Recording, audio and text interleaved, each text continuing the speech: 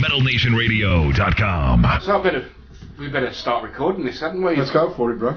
It's been a long time in the making, but we finally get to sit down with Mr. Paul Clark to talk about really what I would say was probably a very colourful career, full of stories and anecdotes of, on the road, basically. So when you first started doing what you were doing, what were you doing before you worked with Black Sabbath? I used to do smash and grab raids, but I can't really disclose any more of that because it's in my book anyway. But then I was a taxi driver. Yeah. And before we start, can I just mention this? I listened to that interview you did with the band. Yeah. I'll start. You're not going to put music over this, is it? Because my ears ain't too clever at my age. I couldn't hear the fucking word you were saying. I might put a little bit underneath. Just, Oh, we're not going to do it this, are we? Are we really going to do this? Well, we might do. It'd have to be some good gear underneath it. It would be, wouldn't it? Yeah. I had trouble listening to it anyway. It was too loud. So you started out, obviously, with a less than desirable profession, but then you went into taxi driving. And then, yeah. So tell me a little bit about, from that point, how did you get from that to music? Well, a friend of mine used to work on the door of a club in Birmingham called the Rainbow. Yeah. The Rainbow. I think I've got Rainbow in mind. That's from LA. No, the Rum Runner. Yeah. And we got together and we used to work doors together, discos and stuff like that. And then he used to work full time at the Rum Runner, which was probably one of the best clubs in Birmingham at the time. And so I started doing that, and then he went to school with Tony Iommi. Yeah. And then I got to know Tony, and then I started driving him around, and they asked me to do a tour, which was like 1976, I think, the first one, or 75, 76. It was when they were just splitting up from... They were still going through the courts with their manager, who was a guy called Patrick Meehan. Yeah. When they found out that all the houses they lived in that they didn't own, Right. The guy had bought the houses on their behalf, but really hadn't bought them on, for them. So they had to leave, and so they were going for the rough, it was Technical Ecstasy, the album, when I sort of joined, Yeah. And I drove around for a while, and then I got, sort of got to know the gigs, and I started looking at some of the gigs and seeing how the reaction was.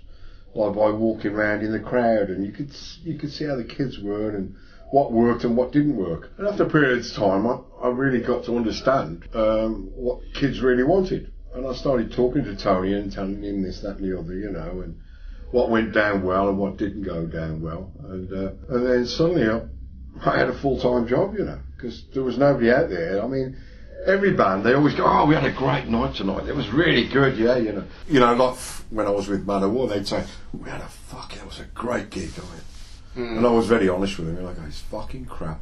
and they go, what do you mean? And then he could say, well, you saw them in front of me. I went, yeah, so you played to the first 6 rows, one of them poor fuckers at the back? Yeah. And I'd say to them, you need to play to the whole place, not just whoever kissing your ass in the front rows, Of course, for the people listening, we've got to explain what we should explain. You've obviously worked with Man of War as well. Well, that's right, because Joey actually became a roadie.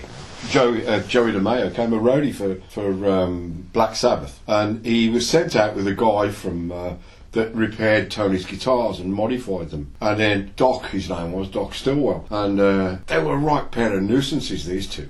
I mean, they wanted first class travel and this, that, and the other. And when Tony, and by this time I'm now the tour manager years later, and Joey, I need Doc out. I go, oh fuck me, not first class travel again.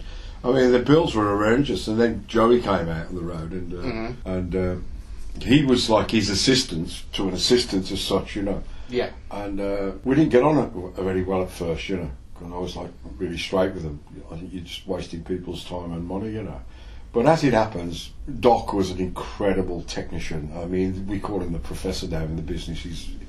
He'd done Richie Blackmore's stuff,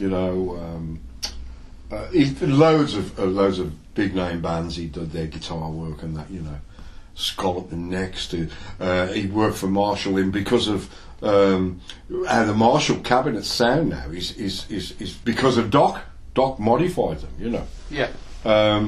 Where he used to go to New York and tip them what they've got to do to get this, that, and the other. And now Doc, all these years later, he's in his 70s now. He still works for Manowar. That's incredible.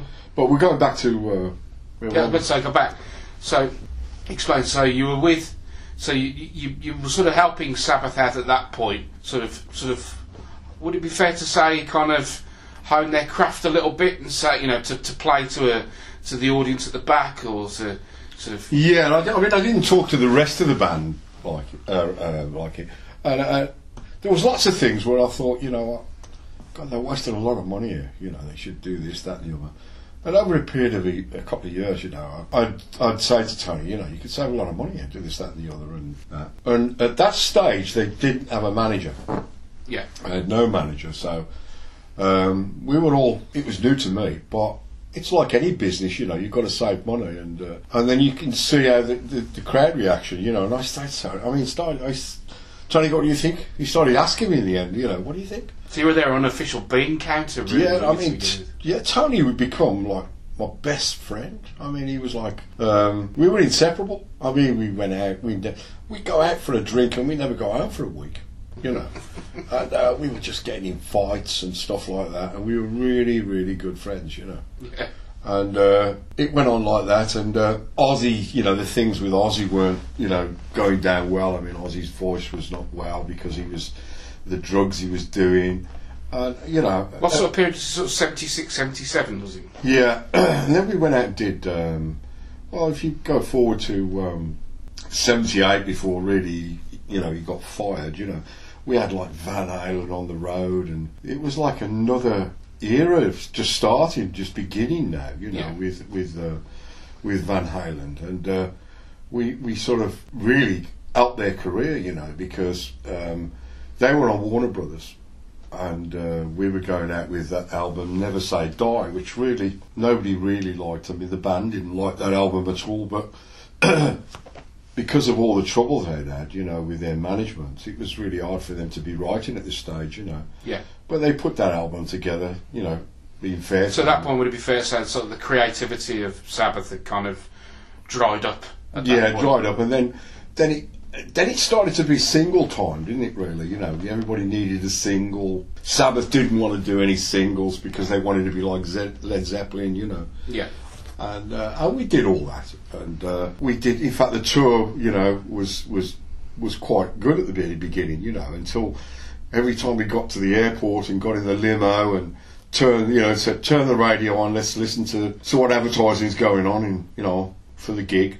Yeah. The local radio station, and all you get was Van Halen. So in the end, like, everybody's like so pissed off, oh shit, we're listening to Van, and like we're the headliner, and that all the money that is being used should be really for promoting Sabbath, but Warner's were promoting Van Halen, Yeah.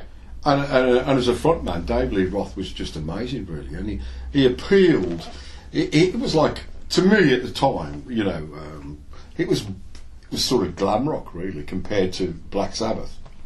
And every night you'd have Eddie Van Halen standing on the side of the stage, watching and listening and learning what Tony was playing. I mean, Dave Lee Roth didn't have to go on stage because, like, it would have to be Ozzy on stage, really. He never did go on stage to watch Dave Lee Roth, because Dave Lee Roth live was just amazing. He wasn't really my cup of tea, and I mean, they were like...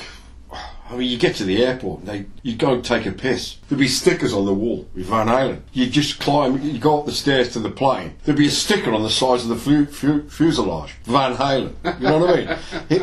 You couldn't take a piss without seeing Van Halen, And they did a great self-promotion. And, and I think Ozzy was beginning to realise that, he wasn't as good as he thought he was, And the drugs had took the toll at that stage as well, These were fresh new kids coming out, and they really, so Van Halen at that point with the Young Pretenders when they were ready. Yeah, but it got to the stage where we'd be in the dressing room and Van Halen be on stage supporting, and Tony go, shh, what? And he go, a fucker. He's fucking using my intro. He's using my hook or riff or something. Yeah. He was like, he's using my solo. Yeah. The fucker. Until one night it went on for a month or so, and he went, I want to see that fucker. you tell that fucker I want to see him now. I've got to tell him, let's just leave it, you know what I mean? Let's just, fuck it, I want to speak to him. Get him up here now. And he got him into the dressing room. He went, right, you're going to go on stage tonight and fucking play my fucking solo, okay, with my band. He said, I'm fucking sick of you nicking my riffs. Go out and play with my band. You might just as well. You're doing all my riffs. And Eddie was crying. Eddie was broken-hearted about it. Because he didn't do it deliberately. He was just emulating his hero. Tony was his hero. Yeah. And that's what he did. He heard that. No matter what any said, they'll all deny this now, but it's true. Believe me, Eddie Van Halen used to be out there every night listening to what Tony was playing. United we rock. Metal Nation Radio.